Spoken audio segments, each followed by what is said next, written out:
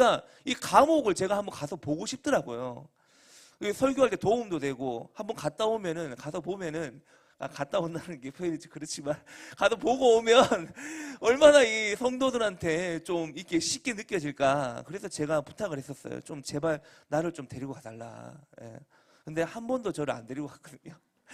예, 목사님 같은 분은 거기 가면 안 됩니다. 뭐 이런 의미인지 모르겠지만 저를 안 데리고 가셨어요. 여러분, 감옥에 갇힌 죄수는요, 이제는 감옥에 갇힌 이상은 자기 몸을 자기 마음대로 쓸 수 없잖아요. 모든 활동이 제한되어 있죠. 거기서 원하는 옷을 입을 수 없어요. 죄수복을 입어야 됩니다. 죄수는. 그리고 자기 이름을 부를 수 없어요. 죄수 번호 땡땡땡 이렇게 불립니다. 그 번호가 자기 이름이에요. 자기가 자고 싶은 곳에서 잠을 잘 수가 없어요. 사람을 자유롭게 만날 수도 없어요. 명령대로 살아야 돼요. 감옥에 있는 죄수는요, 일어나라고 하면 일어나야 되고 누우라고 하면 누워야 되고요. 찬송이나 기도도 마음대로 할 수 없어요. 한마디로 자유가 박탈된 사람이 죄수입니다. 모든 것에 제한을 받는 사람이 죄수예요. 그런데 바울은 보통의 죄수와는 달랐다고 말합니다. 그 이유는 하나님의 비밀 때문에 자신이 갇힌 자가 되었기 때문이라는 거예요. 바울이 갇힌 이유는 하나님의 비밀 때문에 갇혔다는 거예요. 그는 억지로 또는 할 수 없이 죄수가 됐다는 것이 아니라 스스로 자기 자신을 갇힌 자가 되었다. 자기 자신을 죄수가 되었다라고 선포하는 겁니다. 여러분, 제가 예를 한번 들어볼게요. 예를 들어볼게요. 여러분, 북한의 간첩이요, 몰래 남한을 넘어왔어요. 몰래 들어왔어요. 이 남한에 들어온 간첩의 목표는 뭐냐면요, 감옥을 샅샅이 파악을 하는 거예요. 감옥에 들어가가지고 감옥이 어떻게 생겼고 그 구조를 파악하는 거예요. 그래서 이 북한의 간첩이 남한에 들어와가지고 범죄를 저질러서 감옥에 들어갔다고 쳐요. 그 간첩은 감옥에 들어가게 됩니다. 감옥에 들어갔다고 해서 그 간첩이 억울하다고 눈물을 흘릴까요? 자기의 지령은 감옥을 파악하는 건데, 남한의 감옥을 파악하는 건데, 내가 감옥에 들어와서 억울하다, 내가 안 와야 되는 곳에 들어왔다라고 하면서 억울하다면서 눈물을 흘릴까요? 그렇지 않아요. 왜요? 자신의 지령, 자신의 목표는 한국의 남한에 있는 감옥의 구조를 정탐하는 거거든요. 감옥에서 먹는 것이나 입는 것들을 제한받지만 자신의 목적을 이루기 위해서 기꺼이 그 감옥 생활을 받아들이는 거예요. 여러분, 이것이 우리 그리스도인의 모습이라는 겁니다. 여러분, 우리 그리스도인들은 이 세상에서 모든 것을 누릴 자유가 있어요. 자유가 누릴 수 있는 자유가 있어요. 바울이 말하는 건 그거예요. 내가 이방인인 너희를 위해 갇힌 자가 됐다. 바울은 모든 걸 누릴 수 있고 모든 걸 할 수 있지만 의도적으로, 의무적으로 자기가 갇힌 자가 됐다고 말하는 겁니다. 여러분, 마찬가지예요. 그리스도인도 이 세상에서 갇힌 자의 삶을 살아야 됩니다. 왜요? 여러분, 우리가 모든 걸 누릴 수 있는 자유가 있지만 하나님의 부르심과 경륜을 이루기 위하여, 하나님 나라의 가치를 이루기 위해서, 원팅의 가치를 위해서 우리 스스로 우리의 자유를 제한해야 된다는 겁니다. 여러분, 특별히 우리 교회에 기도의 집이 있어요. 기도의 집에 예배하는 예배자들이 있습니다. 또 주중에 금요 집회에 여러 기도 시간에 기도하러 나오는 성도들이 있어요. 또 어제 같은 경우에는 우리 다음 세대 교사들 토요일 날 자신의 시간을 내서 교회에 나와서 우리 아이들 케어하고 셀 모임을 진행을 했어요. 여러분, 이 사람들이 그냥 자기 시간이 남아 돌아서 그렇게 한 것 같습니까? 자기 시간이 남아 돌아서 교회 와서 예배하고 헌신하고 원팅합니까? 아니에요, 여러분. 그 모든 행위는요, 자신의 옥합을 깨뜨리는 거예요. 내가 내 시간을 내 마음대로 쓸 수 있지만 그럼에도 불구하고 우리가 하나님의 나라 가치와 기도의 집 예배를 위하여 자신의 시간을 드리는 것입니다. 내가 누릴 수 있는 것, 내가 취할 수 있는 것, 세상에서는 행복이라고 말하는 모든 조건을 우리 스스로 제한하는 거예요. 절제하는 겁니다. 누구를 위해서? 주를 위해서. 주를 위해 헌신하는 거죠. 하나님 나라의 가치를 위해서, 원팅하기 위해서 나의 나됨을 포기하고 나의 것을 주장하지 않고 드리는 거예요. 드리는 겁니다. 따라합니다. 신앙은 드리는 것이다. 여러분, 우리의 신앙은 드리는 거예요. 여러 가지 모양으로 드리는 것입니다. 여러분, 우리 나이트워치 했잖아요. 이 나이트워치 했는데 여러분, 이 나이트워치도 드리는 거예요. 그 밤에 정말 졸리지만 밤늦게까지 남아 있어서 하나님을 예배했잖아요. 우리가 하나님께 드리는 겁니다. 여러분, 하나님께 드리기 위해서는 내 것을 포기해야 되는 거예요. 하나님께 드리기 위해서는 나를 절제해야 되는 거예요. 여러분, 언제까지요? 우리가 주님 볼 때까지, 아니면 주님이 오실 때까지 여러분, 우리의 삶을 절제해야 됩니다. 여러분, 우리의 것들을 주장하지 않고 우리의 것들을 깨뜨려서 주님께 드리기를 기뻐하는 자가 크리스천입니다. 그리스도인이에요. 여러분, 복음의 비밀을 깨닫는 사람은 그렇게 살아낼 수 있는 거예요. 사도 바울이 이 복음, 곧 하나님의 비밀을 말하기 전에 스스로 갇힌 자가 되었다고 설명하는 것, 바로 이 때문입니다. 그는 이 비밀 때문에 스스로 자신의 모든 걸 포기하고 자유를 포기하고 세상적인 모든 환상과 꿈과 성공을 포기하고 스스로 내가 갇힌 자가 되기를 자처했다는 거예요. 자원했다는 겁니다. 여러분, 그러한 이 바울의 스피릿이 우리 안에 있길 원합니다. 여러분, 바울이 빌립보서에서 이렇게 고백했잖아요. 빌립보서 3장 7절 8절입니다. 7절 8절. 네. 7절 8절 나와줘야 돼요. 나와요. 자, 7절 8절. 자, 제가 한번 읽어볼게요. 자, 들어보세요. 그러나 무엇이든지 내게 유익하던 것을 내가 그리스도를 위하여 다 해로 여길 뿐더러 또한 모든 것을 해로 여김은 내 주 그리스도 예수를 아는 지식이 가장 고상하기 때문이라. 내가 그를 위하여 모든 것을 잃어버리고, 그 다음에 뭐라고 하는 줄 아세요? 배설물로 여김은, 아직 안 떴네요. 그리스도를 얻고. 여러분, 바울이 뭐라고 하냐면요, 내가 예수님을 아는 것이 가장 존귀하기 때문에 내가 세상에서 이루었던 그 모든 것을 배설물로 여기겠다 그랬어요. 배설물로. 여러분, 배설물이 뭡니까? 상상에 막히겠습니다.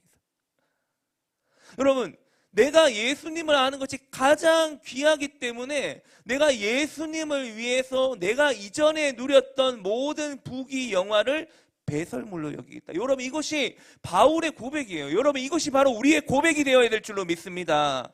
여러분, 바울만 그런 고백을 하는 것이 아니라 우리도 이런 고백을 해야 되는 거예요. 바울은 모든 것을 잃어버렸어요. 잃어버렸다는 말은 다른 번역에는 손해봤다고 적어놨습니다. 손해봤다는 거예요. 누구를 위해서? 예수님을 위해서. 어떤 손해를 봤습니까, 바울이? 빌립보서 3장 5절 6절에 나는 8일 만에 할례를 받고 이스라엘 족속이요 베냐민 지파요 히브리인 중에 히브리인이요 율법으로는 바리새인이요 열심으로는 교회를 박해하고 율법의 의로는 흠이 없는 자라고 하는. 여러분, 바울은요 놀라운 집안에 태어났잖아요. 태어난 지 8일 만에 할례 받고. 이게 무슨 말이에요? 정통 유대인이라는 겁니다. 정통 유대인. 우리 집안은 이런 정통 유대인 집안이야. 정통 유대인 집안이야. 나는 그리고 로마인 중에 로마인이거든요. 이 사람은 로마 시민권을 생득권으로 취했어요. 생득권은 무슨 말이냐면 태어날 때부터 로마 시민으로 태어났어요. 그래서 바울이 천부장하고 대화를 할 때 천부장이 나는 돈을 많이 주고 로마 시민권을 샀는데 너는 어떻게 로마 시민권을 가졌냐? 그때 바울이 뭐라고 합니까? 나는 태어날 때부터 로마 시민이었다. 그러니까 바울이 이겼죠. 천부장이 그래? 그럼 네가 그냥 두면 안 되니까 태어날 때부터 로마 시민을 자기 손으로 어찌하면 안 되니까 천부장이 도와주는 겁니다. 가기 위해서. 로마로 가기 위해 도와준 거예요. 여러분, 바울은요 자신의 집안과 가문을 내려놨어요. 로마 시민권도 내려놨어요. 모든 걸 내려놨다는 겁니다. 베냐민 지파요 히브리인 중에 히브리인이요 율법으로는 바리새인이요. 자신의 전통과 자신의 가족에 있는 모든 내력과 자신의 스펙을 다 내려놓고 예수 그리스도를 위해 헌신합니다. 여러분, 바울이 가졌던 이 헌신의 가치가 우리 안에 있기를 원합니다. 에베소서 3장 2절에 너희를 위하여 내게 주신 하나님의 그 은혜의 경륜을 너희가 들었을 터이라 그래요. 내게, 따라해 보겠습니다. 내게 주신 하나님의 그 은혜의 경륜. 이 경륜이라는 헬라어 단어가 뭐냐면은 오이코노미아라는 단어예요. 오이코노미아. 이 오이코노미아라는 단어는 뭐 좀 비슷한 것 같죠. 오이코스 노미아가 합쳐진 겁니다. 오이코스는 어떤 단어입니까? 집, 가정 이런 의미예요. 그리고 노미아라는 단어는 질서라는 의미입니다. 질서. 그래서 오이코노미아라는 단어는 가정의 질서, 다시 말하면 가정을 관리하다 이런 의미인데, 여기서는 문맥적으로 어떤 의미냐면 가정 관리는 책임을 져야 되지 않습니까? 사명이 있죠. 마찬가지로 여기서도 어떤 의미로 쓰였냐면은 바울이 오이코노미아라는 단어를 내가 사명을 받았다, 내가 직분을 받았다 이런 의미로 쓰여져 있는 헬라어예요. 즉 바울은 하나님이 주신 은혜의 사명을 내가 맡았다. 하나님이 주신 은혜의 직분을 내가 맡았다. 그것을 내가 사명으로 생각한다. 내 사명은 하나님이 주신 은혜의 비밀을 증거하는 것이다. 이것이 바로 바울의 사명이었다는 것입니다. 여러분, 오늘날의 바울의 후예들, 우리가 바울의 후예들이잖아요. 우리가 바울의 후예들 아닙니까? 예수 그리스도의 제자이면서 우리는 사도 바울의 후예들이에요. 여러분 알고 계시죠? 예. 바울은 우리 믿음의 선진입니다. 여러분, 오늘날에도 예수 그리스도의 제자이면서 바울의 후예들은 어떤 삶을 살아야 돼요? 바로 모든 것들을 내려놓고 예수 그리스도의 사명을 가지고 살아가는 자가 바로 바울의 후예들이라는 겁니다. 다시 말하면 사명자의 정신으로 살아간다는 거예요. 사명자의 정신으로. 여러분, 저는 우리 교회 안에 이런 성도들이 많이 있다고 믿습니다. 예수님을 위해서 자기 시간을 스스로 포기하는 사람, 예수님을 위해서 재물을 포기한 자들, 예수님을 위해서 자기가 하고 싶은 것을 내려놓은 자들, 그리고 그 시간에 나의 재능을 헌신하고 베다니 마리아와 같이 옥합을 깨뜨리듯이 자신의 것들을 포기하고 주님께 올려드리고 심지어 내 모든 생애를 온전히 주님께 바치는 그런 사람들이 저는 우리 교회 안에 많이 있다고 생각합니다. 여러분, 주님을 위해서라면 모든 것을 포기할 수 있는 사람들, 포기한 것에 결코 미련을 두지 않는 사람들이 우리 교회 안에 많이 있습니다. 여러분, 우리가 기도의 집에서 찬양할 때 제가 정말 좋아하는 찬양이고 많이 부르는 찬양인데, 미스티가 부른 그 찬양, 미스티가 이렇게 찬양했잖아요. 서원하리 돌아서지 않으리 돌아갈 다리를 태워 없애리. 여러분, 결코 뒤를 돌아보지 않고 내가 주님이 주신 비전이라면 내가 뒤로 돌아가지 않고 돌아갈 다리를 태워버리고 내가 온전히 주님께 원팅하겠다. 여러분, 이러한 신앙의 가치를 가진 자들이 우리 교회 안에 많이 있는 줄로 믿습니다. 여러분, 우리는 이 기도의 집에서 부르는 찬양이 그 찬양으로만 끝나는 것이 아니라 그 찬양의 입술의 고백이 내 삶의 고백이 될 수 있기를 축원합니다. 여러분, 레디컬한 믿음의 사람들로 일어날 수 있기를 축원합니다. 여러분, 그 사람이 바로 바울의 후예들입니다. 자기 시간의 일부를 드리고 자기 재물의 11조를 드리는 정도가 아니라, 여러분, 이건 기본입니다. 내 시간을 드리고 내 재물의, 내 물질의 11조를 드리는 거 기본입니다. 뿐만 아니라 여러분, 자기가 가진 모든 것을 하나님께 드리는 것이야말로 바로 갇힌 자의 모습이라는 것입니다. 여러분, 무엇에 갇혀 있습니까? 여러분, 어떤 것에 여러분은 갇혀 있습니까? 여러분의 사업입니까? 여러분의 직장입니까? 여러분의 공부입니까? 아니면 연애입니까? 여러분, 바울은요, 하나님을 위해서 모든 것을 드린 자입니다. 여러분, 우리가 하는 모든 일들이 하나님 나라의 가치로 이루어질 수 있기를 원합니다. 여러분, 목사님이나 선교사님만 하나님 앞에 생애를 전부 드리는 게 아니에요. 레위인의 스피릿으로 원등의 삶을 살아가고 원등의 삶을 살아내고 살려내는 자가 진정한 바울의 후예들입니다. 그래서 우리 모두가 바울의 후예들로 자랄 수 있기를 원합니다. 여러분, 성경에 보면요, 극단적인 믿음이 굉장히 많이 나와요.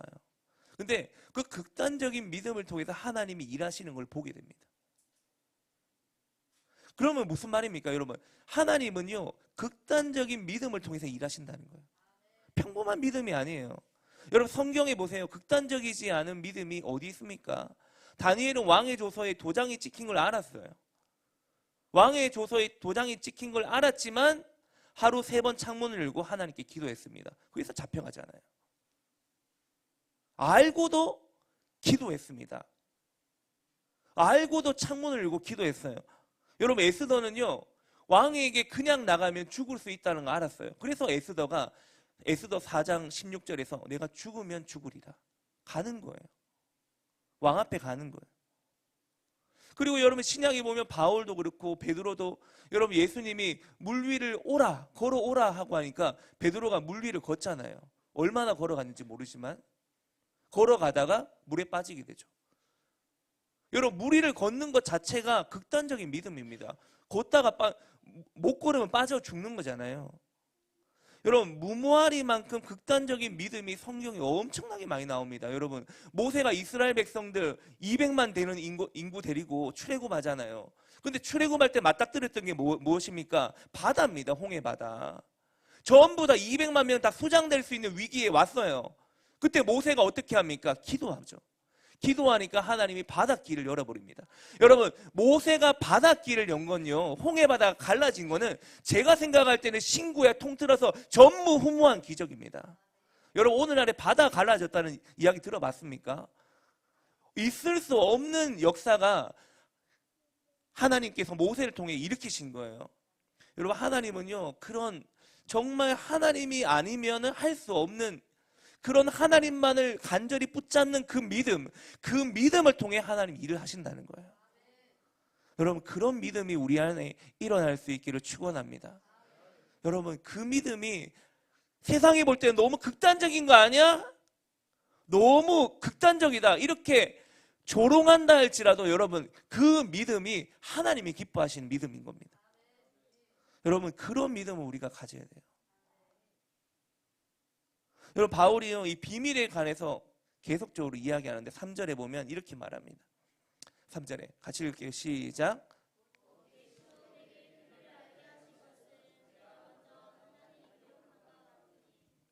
자, 바울이 지금 이 계시를 알게 됐는데, 자, 어떻게 알게 됐다고 합니까?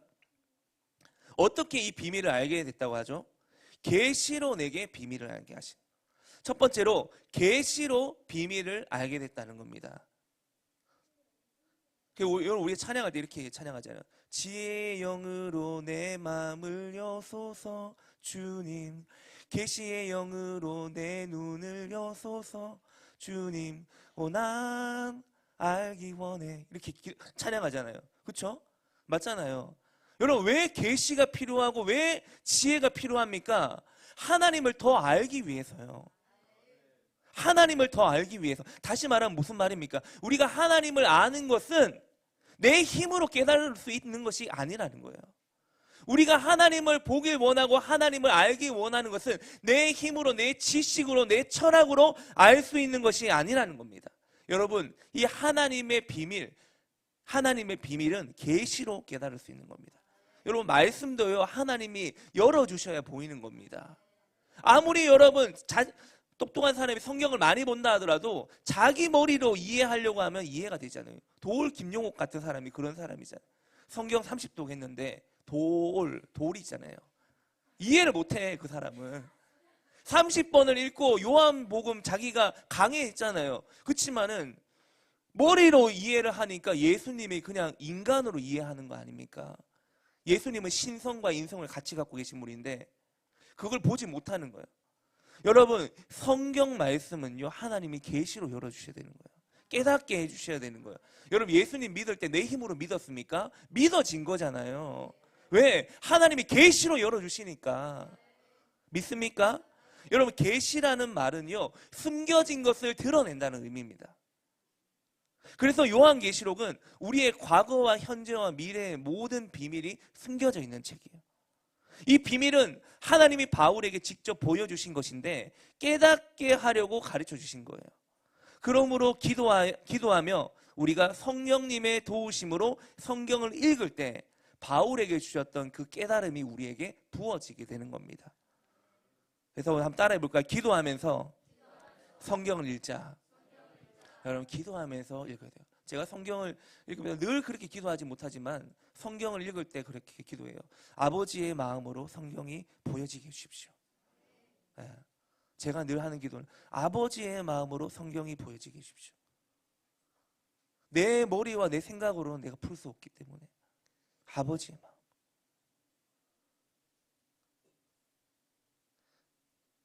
여러분, 우리가 아버지의 마음으로 성경을 읽을 때 그 아버지의 마음이 느껴집니다. 우리를 향한 마음이 느껴져요. 그리고 두 번째 비밀입니다. 에베소서 3장 5절이에요. 3장 5절 같이 한번 읽겠습니다. 시작. 이제 그의 거룩한 사도들과 선지자들에게 성령으로 나타내신 것 같이 다른 세대에서는 사람의 아들들에게 알리지 아니하셨으니. 아멘. 자, 이 다른 세대에서는 사람의 아들들에게 알려지지 않았다.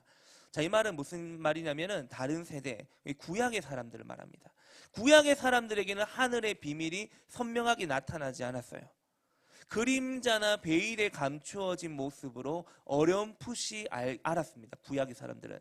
그러나 갈라디아서 4장 4절 말씀처럼 때가 참에 하나님이 그 아들을 보내사 예수 그리스도를 이 땅에 보내주심으로 하나님의 비밀이 적나라하게 막 드러나게 되는 거죠. 구약만 볼 때는 어렴풋이 잡히는 것이 예수님이 이 땅에 오심으로 인해서 그게 바로 예수 그리스도의 그림자이구나. 그림자가 예수님이 오심을 통해서 선명하게 드러나게 됐습니다. 더 선명하게 드러난 건 언제냐면 이제 오순절에 성령이 임할 때 베드로와 제자들이 깨닫게 되면서부터 더 분명하게 이해되기 시작하게 되는 거죠. 그리하여 복음의 능력이 소아시아와 전 유럽을 강타하게 되는 것입니다. 이 하늘에 계시는 인간의 지혜로 깨달아지는 게 아니에요. 하나님께서 부어주셨을 때. 그래서 세 번째 하늘의 비밀이 어떻게 나타났느냐 중요한 사실 뭐라고 하냐면은 거룩한 사도들과 선지자들에게 먼저 보였는데 성령으로 나타나신 것 같이라고 합니다. 성령으로 나타나신 것. 그래서 이 비밀은 첫 번째는 제가 뭐라고 했습니까? 첫 번째는 뭐라 했어요? 계시로 비밀을 알게 됐다 그랬죠. 그리고 두 번째는 다른 세대에서는 사람들의 아들에게 알려지지 않았는데 그 신약의 사람들을 통해서 예수님을 통해서 이 계시의 비밀이 알려졌고 또 세 번째는 성령으로 나타났다. 성령으로 나타났다. 자, 이 말은 무슨 말이냐면 이 하늘에 계시는 인간의 계시로 인간의 지혜로 깨달아지지 않는다는 것입니다. 위로부터 오는 신령한 지혜로만 알게 된다는 거거든요. 그래서 여러분 그 사도 바울이 골로새서 1장 9절에서 이렇게 말하잖아요. 모든 신령한 지혜와 총명에 하나님의 뜻을 아는 것으로 채우게 해달라. 그리고 에베소서 1장 17절에도 지혜와 계시의 영을 조사 하나님을 알게 하시고. 여러분 이 하나님의 사건, 하나님의 스토리는요 인간의 지혜로는 깨달을 수 없다는 거예요. 어떤 지식이나 경험으로 깨달을 수 없다는 거예요. 성령의 역사로만 깨달을 수 있다는 것입니다. 그래서 여러분 하나님께서 우리에게 성령을 통해서 비밀을 깨닫게 하시기를 축원합니다. 성령을 통해서 우리가 하나님 말씀을 깨달아야 돼요. 성령님께서 우둔한 우리를 깨우쳐 주셔야 되는 겁니다. 성령님께서 우리에게 알려주셔야 되는 거예요. 빛으로 하나님의 말씀을 빛으로 빛을 비추어서 우리 눈을 열어주셔야 되는 겁니다. 여러분 교회에 다니는 사람은 많아요. 근데 성령을 통해서 성경 말씀을 깨닫는 사람은 그렇게 많지 않은 것 같아요. 성경을 읽는 사람은 많아요. 하지만 성경의 모든 뜻을 성령으로 이해하는 사람은 그다지 많지 않은 것 같습니다. 우리의 관심은 하나님 말씀을 성령으로 이해하는 것입니다. 성령이 아니면 아무도 예수님을 그리스도로 시인할 수 없어요. 성령이 아니하고서는 예수님을 알 수 없다고요. 마찬가지로 성령이 아니하고서는 우리가 전도할 수도 없고, 성령이 아니하고서는 우리가 사랑할 수 없어요. 로마서 5장 5절에 우리에게 주신 성령으로 말미암아, 우리의 마음에 부어진 성령으로 말미암아 우리가 서로 사랑할 수 있고, 위로할 수 있고, 격려할 수 있고, 공동체를 이룰 수 있는 겁니다. 여러분, 위로부터 어떤 능력이 임해야만이 그 능력으로 우리가 모든 말씀을 깨닫게 되며 또 하나님의 큰 역사를 깨닫게 되고 보게 되는 거예요. 그래서 어떤 사람들은 에베소서의 신학은 교회론이 아니라 성령론이다 라고 주장하기도 하거든요. 대개는 이제 에베소서를 교회론으로 봅니다. 근데 이 에베소서 안에 보면 성령으로 인을 치는 사건, 성령으로 깨닫는 사건, 성령으로 충만해지는 사건을 다루고 있기 때문에 이 에베소서를 가지고 성령론이다 이렇게 이야기하는 분도 있어요. 이방인과 함께 우리는 성령의 인치시는 사건을 통해서 하늘의 비밀을 알게 돼요. 여러분, 우리가 2장에서 살펴봤듯이 우리는 완성된 존재가 아니라 함께 지어져가는 존재입니다. 따라해 보겠습니다. 함께 지어져가는 공동체다. 우리는 완성된 게 아니에요. 함께 지어져 가는 겁니다. 성경은 우리에게 오직 성령의 충만함을 받고 성령의 인치심을 받아 성령으로 지어져 가라, 성령으로 그 비밀을 깨달아라, 그렇게 말씀하고 있습니다. 이것이 에베소서의 핵심이에요. 이것이 에베소서의 핵심입니다. 여러분, 성령으로 복음의 비밀을 알 수 있기를 축원합니다. 여러분, 이 성경에서 말하는 예수 그리스도 안에 감추어진 복음, 이것이 하나님의 비밀인데요. 이 비밀은 이 예수 그리스도 안에 감추어진 복음은 사실은 지금 우리한테는 비밀입니까, 아닙니까? 비밀이 아니에요. 우리한테는 공개된 비밀입니다. 여러분, 이 공개된 비밀, 우리가 이제 알았으니까 우리만 가지고 있으면 됩니까? 아니죠. 우리 전해야 돼요. 전하는 것뿐만 아니라 어느 누구 앞에 서더라도 당당하게 우리가 믿고 있는 신앙의 고백을 할 수 있기를 원합니다. 우리가 믿는 예수님을 자랑할 수 있기를 원합니다. 여러분, 우리가 이 비밀을 전한다고 해서 세상 사람들이 좋아하지 않아요. 우리가 믿는 신앙을 말하고 신앙적인 고백을 한다고 해서 그들이 내가 복음을 깨달았다, 그게 진리냐, 이렇게 깨달아도 좋아하지 않습니다. 하지만 여러분, 그 비밀을 누군가가 전했기 때문에, 누군가가 말했기 때문에 오늘날에 우리가 있는 것입니다. 사도 바울이 증거했고 믿음의 선진들이 끊임없이 그 복음의 비밀을 증거했습니다. 여러분, 저희도 우리 모두도 당당하게 증거할 수 있기를 원합니다. 여러분, 말씀 마치겠습니다. 제가 이제 복음의 비밀을 전하자 이런 의미보다는요, 어떤 상황 가운데서도 우리가 복음을 부끄러워하지 말자는 것이 오늘 설교의 맥락이에요. 누구를 만나더라도 어떤 상황에 온다 할지라도 우리가 알고 있는 신앙의 고백, 믿음의 고백을 당당하게 하자는 겁니다. 그 사람이 누구든지 간에. 여러분, 그래서 제가 이제 이 주중에 최근에 이슈가 됐던 일들 가운데, 최근 몇 주 전에 이제 국가인권위원장 후보로 나온 안창호 전 대법원장 이야기를 좀 하고 마치려고 해요. 제가 얼마 전에 국민일보에 보니까 국민일보 유튜브 채널에도 이 안창호 대법원장이 발언했던 것들이 이제 영상으로 클립을 해서 만들어져서 나왔거든요. 이분이 결국에 이제 이번에 국가인권위원장이 되셨죠. 여러분, 우리나라 정치인들 중에서, 위정자들 중에서 기독교인이 몇 프로 정도 되는 것 같습니까? 제가 알기로 한 40% 정도 되는 걸로 알고 있어요. 교회에 다니는 사람이. 근데 이제까지 위정자들 중에서 어떤 정부에서 질의를 할 때 이렇게 답변하는 사람을 제가 본 적이 없어요. 자기 신앙적인 공동체에서 어느 모임에서는 자신의 신앙 고백을 하는 사람 봤어요. 서울을 하나님께 드린다, 이런 고백했죠. 어느 그 컨퍼런스에서. 하지만 정부 질의에서 대놓고 이렇게 고백한 사람을 제가 본 적이 없어요. 이분이 청문회에 나왔잖아요. 청문회에 나와가지고 여러 가지 막 질문을 합니다. 의원들이 무슨 질문을 하냐면은 어느 의원이 나와가지고 인권과 죄에 관한 질문을 합니다. 질문을 했어요. 막 질문을 하는데 이분이 나와가지고 뭐라고 대답을 했냐면요, 이렇게 대답을 했어요. 사람은 원죄론을 가지고 있습니다. 모든 사람은 죄인입니다. 이렇게 답변했어요. 여러분, 모든 사람은 죄인이고 사람은 원죄를 가지고 있다. 여러분, 이게 어디 있는 말입니까? 성경에 있는 말이에요. 로마서 3장 23절에 모든 사람이 죄를 범하였으니 하나님 영광에 이르지 못했다 했죠. 여러분, 이 성경에 나오는 말씀을 했어요. 그래서 그 의원이 교회에 온 것 같다 이렇게 이야기하거든요. 이 의원이 또 뭐라고 질문하냐면은 당신은 창조론을 이야기하던데 왜 진화론을 믿지 않냐 이렇게 물어봅니다. 왜 진화론을 안 믿냐 라고 물어보니까 아직도 당신은 창조론을 믿냐, 그렇게 당신의 태도가 그대로냐 이렇게 질문하니까 이분이 또 이렇게 말해요. 뭐라고 하냐면은 나는 하나님이 천지를 창조하셨다고 믿는다 라고 대답했습니다. 이거 어디 있는 거예요? 창세기 1장 1절에 있는 거예요. 태초에 하나님이 천지를 창조하셨다. 나는 하나님이 천지를 창조하셨다고 믿는다.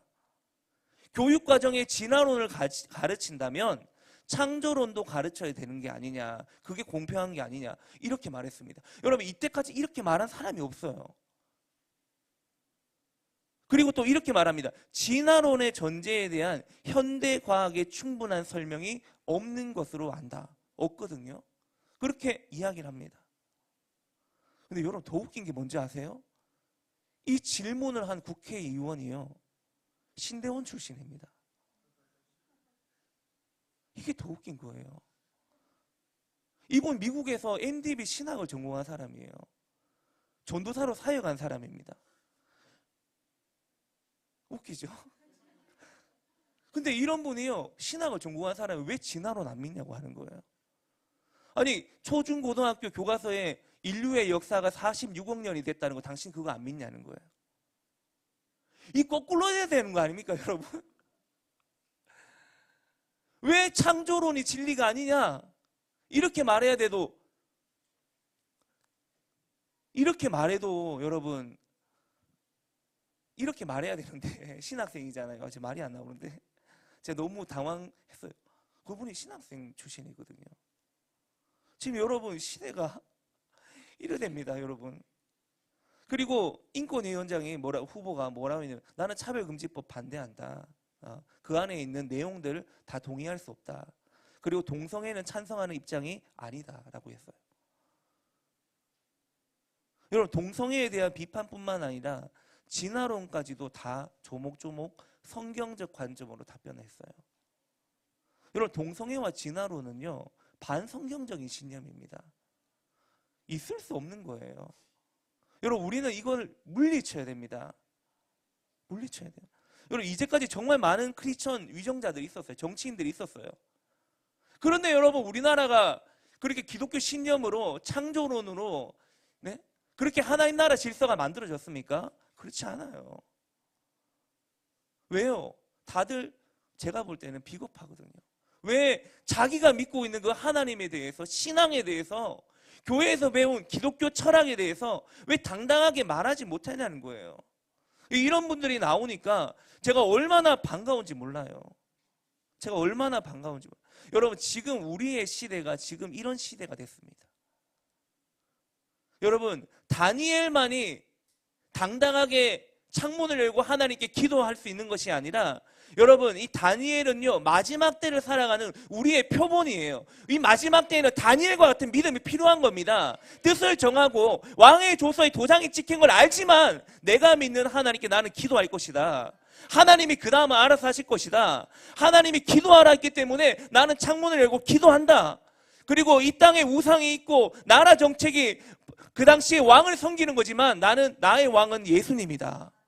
하나님이다. 이것을 믿음으로 결단하고 창문 열고 기도했던 사람이 다니엘인데, 여러분, 하나님은 오늘 이 마지막 날에 다니엘과 같은 자를 원하신다는 거예요.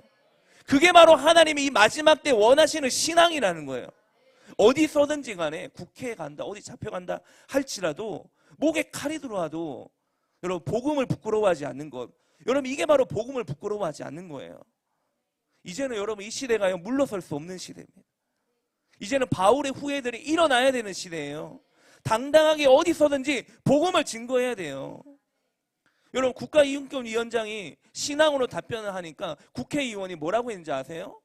이 신문에 대문짝만하게 나왔죠. 보수주의 탈레반이라고 적어놨습니다. 아니 신앙적으로 답변을 하면 보수주의 탈레반이 되는 것입니까? 또 어느 의원은 뭐라고 하냐면은 근본주의 신앙관이다, 시대착오적이다 이렇게 이야기했습니다. 아니 여러분 신앙적으로 성경적으로 답변을 하면 근본주의 신앙관입니까?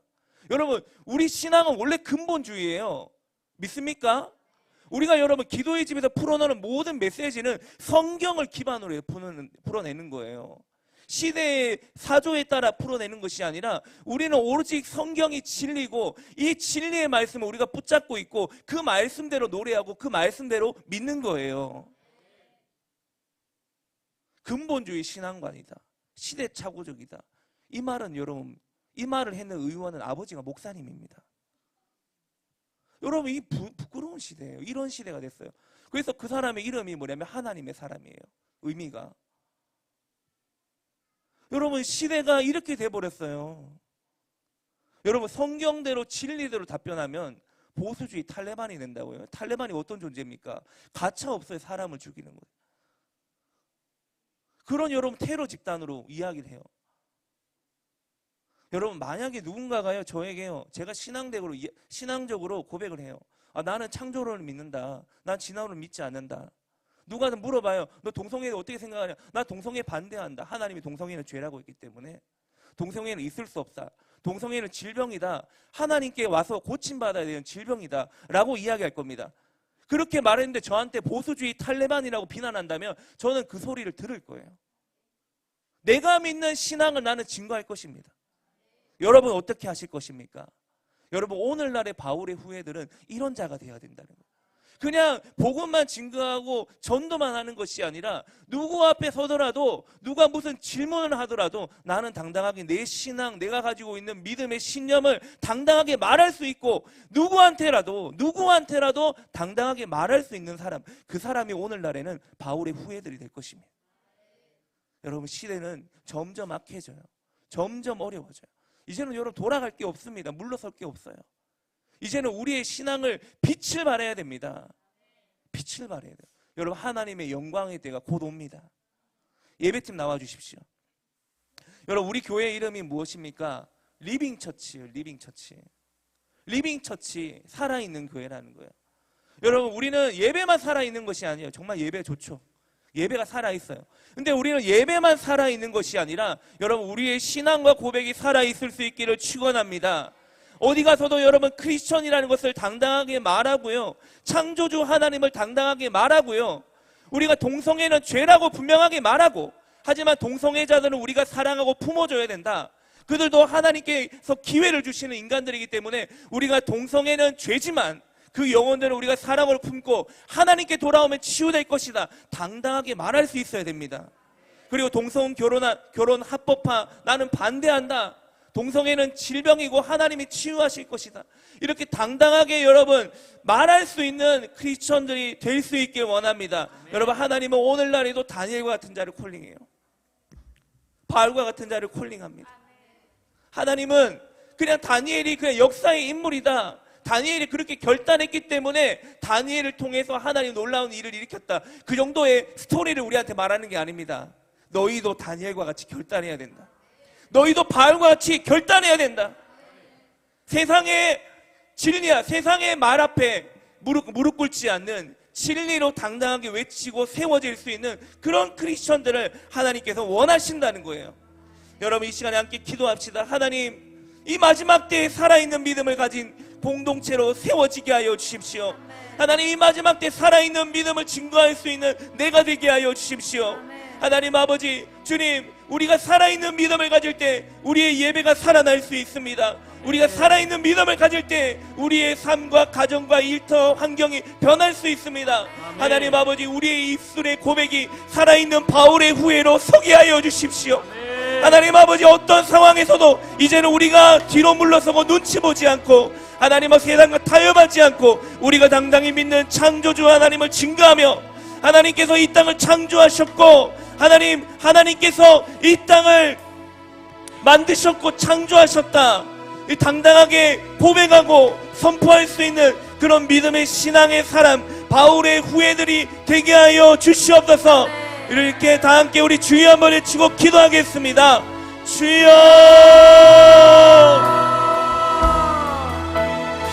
주님.